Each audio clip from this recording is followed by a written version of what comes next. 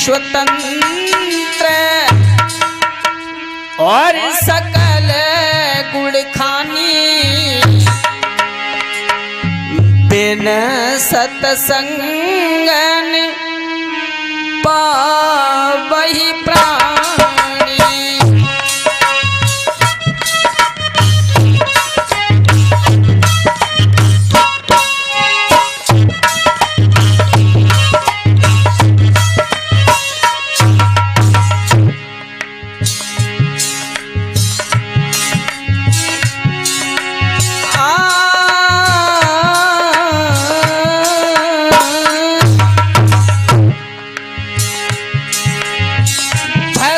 स्वतंत्र सकले गुण खानी, बिन सतसंगन पावहि प्राणी।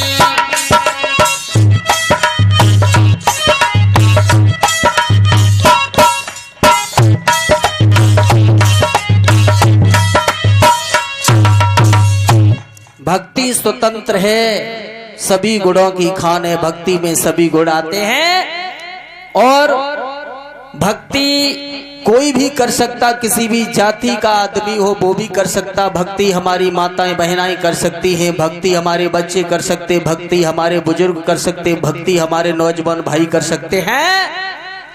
भक्ति कोई भी कर सकता है। और भक्ति मिलती कहाँ? सत्संग में जब जाओगे, भागवत में जब जाओगे, सत्संग में डूब जाओगे, भागवत कथाओं में डूब जाओगे, तब हमें भक्ति प्राप्त होती है। लेकिन भक्ति करने के लिए भी विवेक की आवश्यकता पड़ती है भक्तों। भक्ति में भी अगर विवेक नहीं है तो भक्ति में भी कष्ट आएगा। लखनऊ के डीआईजी थे, पेपर में भी आप लोगों ने पढ़ा होगा, हमने पढ़ा था। अब पुलिस विभाग में सबसे बड़ा पद डीआईजी और आईजी का ही होता है। डीआईजी थे और डीआईजी होकर के भी भक्ति करने का ढंग नहीं था उनके अंदर, भक्ति करने की विवेक नहीं था उनके अंदर। तो राधा का भेष बनाया करते थे। डीआईजी राधा बनते थे, राधा जैसी साड़ी पहनते थे, राधा का पूरा श्रृंगार करते थे। नाक भी उन्होंने छिदवा ली थी, नाक में नथुनी पहनते थे, कान छिदवा लिए थे, कान में कुंडल पहना करते थे, माथे पे बिंदी लगाते थे, होठ रंगते थे, सुंदर साड़ी पहना करते थे। उनकी जो पत्नी थी डीआईजी साहब की, वो बार बार समझाया करती थी, अच्छा ये बताओ तुम ये ढोंग क्यों करते हो? तो डीआईजी साहब बोले कि देखो तुम्हें मालूम ना है, हम जो राधा बनते हैं इससे हमारे भगवान जल्दी प्रसन्न होते हैं। तो डीआईजी साहब की घरवाली बोली कि तुम काहे को पागल बने फिर रहे हो? कन्हैया कहीं इतना पागल नहीं है जो राधा जान करके वो पुरुष के संग में विवाह कर लेगा। जिस कन्हैया ने सारे संसार को बनाया हो, और वो कन्हैया कहीं इतना पागल है जो कि राधा समझ करके और आदमी के संगम ब्याह कर लिए। ये क्या ढोंग है? बहुत समझ आया। वे डीआईजी साहब नहीं माने। एक दिन तो यहां तक हुआ कि उनमें झगड़ा हो गया। उन्होंने कहा तू मेरा पति है। सो डीआईजी साहब की पत्नी ने कुंडल नोच दे, नथुनिया नोच के फेंक दई, साड़ी फाद दई, साजा फाद दो, और कहा कि हे बेवकूफ कहेंगे, सुंदर आदमी की ड्रेस पहन। तो अब बताओ भैया, भगवान कई ढंग से प्रसन्न नहीं होते हैं। भगवान आडंबर से कभी भी प्रसन्न नहीं होते हैं।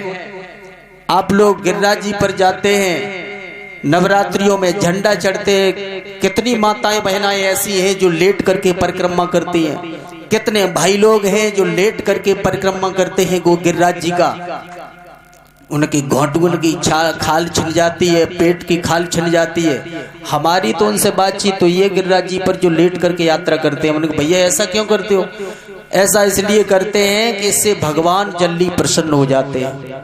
हमने कहा तुम बेवकूफ हो, भगवान ऐसे से प्रेम कभी करेंगे ही नहीं, क्योंकि वे जानते हैं कि हम इससे प्रेम करेंगे तो ये मुझे भी लिटा देगा।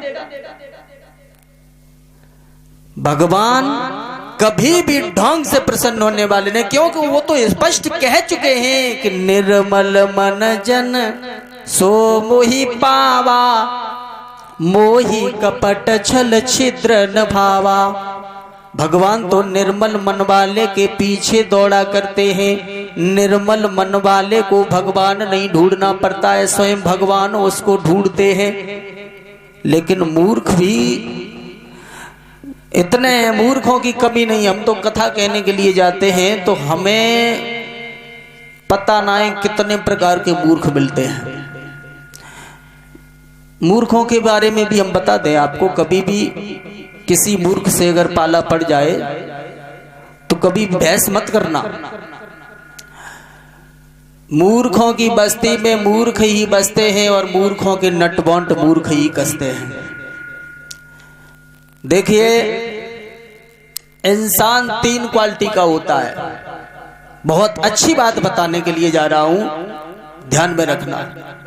एक होता है बुद्धिमान और एक होता है आदमी बुद्धिहीन, और नंबर 3 जो थर्ड क्वालिटी का होता है उसे कहते हैं मूर्ख।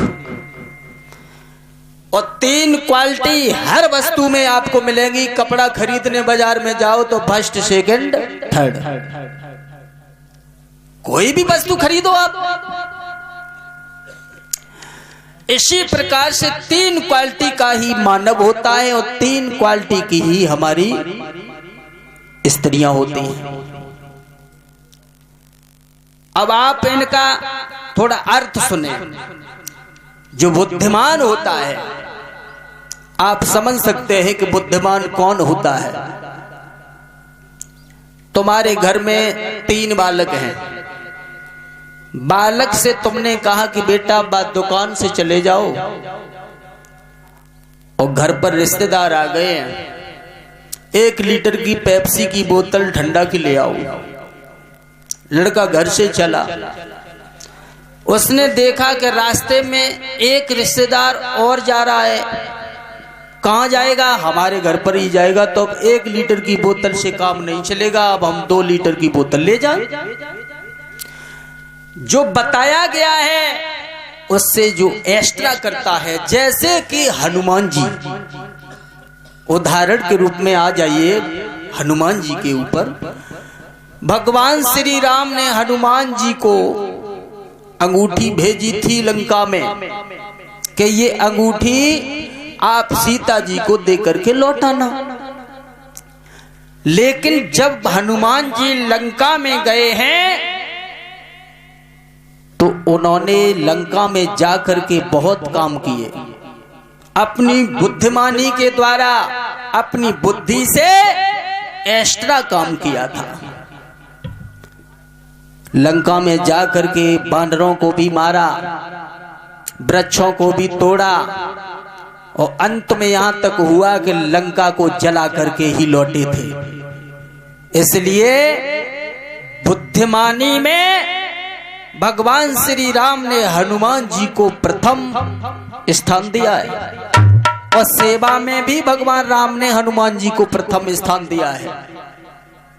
और हनुमान जी का आप पहला दोहा ही पढ़ लीजिए, श्री गुरु चरण सरोज रज निजमन मुकुर सुधार। आगे बुद्धिहीन तन जान के, देखा होगा तुमने, स्पष्ट दुआ का अर्थ है कि बुद्धिहीन तन जान के तो सुमिरो पवन कुमार। जो अपने को बुद्धिहीन तन समझे, नहीं बुद्धिहीन समझे, वो सुमिरण करे किसका? हनुमान जी का। सुमिरण मीन्स, सुमिरण का मतलब ये नहीं कि हनुमान हनुमान हनुमान हनुमान। हनुमान के चरित्र को देखिए कि हनुमान कैसे थे। हनुमान माता पिता के आज्ञाकारी पुत्र थे, भगवान श्री राम के सुंदर भक्त थे। हनुमान ब्रह्मचारी थे, तो हनुमान जी के चरित्र की तरफ देखो, बुद्धि आपकी सुधर जाएगी। हनुमान जी की सेवा करें जिनके अंदर बुद्धि कमी हो, बुद्धि की कमी हो, हनुमान जी की सेवा करना शुरू कर दें, हनुमान जी के चरित्र की पूजा करें, बुद्धि आपकी सुधर जाएगी। एक तो होता है बुद्धिमान, जो काम करने के लिए दिया जाता है उससे जो एक्स्ट्रा काम करता वो होता बुद्धिमान। एक होता है बुद्धिहीन, जो काम तुमने दिया और जो काम जितना दिया है उससे भी जिसने कम कर पाया वो होता है बुद्धिहीन। और मूर्ख कौन होता है? जैसे कोई काम आपको करने के लिए दिया गया और उसने ठीक उल्टा जिस काम को कर दिया, वो मूर्ख होता है।